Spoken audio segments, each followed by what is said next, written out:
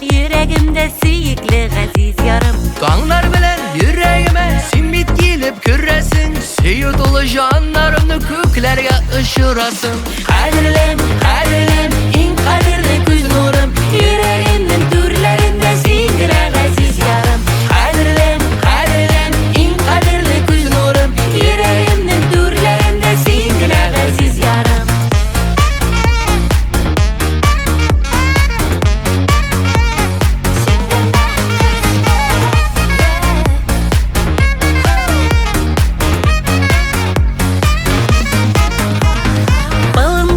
Maturgiller izledim tavalmadım. Maturgilden sikimlere güzelsin aziz yarım. Nazga bulgan senin köngel yüzlerinde yaktı nur. Küs karaşın kamaştıra ışkın şaşıp duravım. Kadirlim, kadirlim, en kadirli göz nurum. Yüreğimnin türlerinde singire aziz yarım. Kadirlim, kadirlim, en kadirli göz nurum. Yüreğimnin türlerinde singire aziz yarım.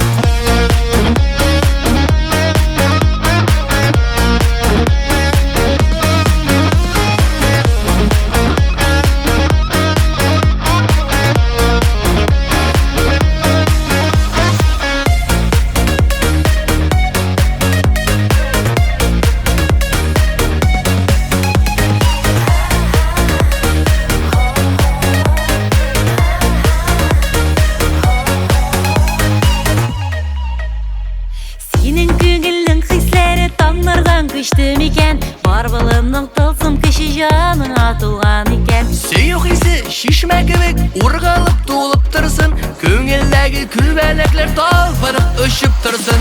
Kadirlim, kadirlim,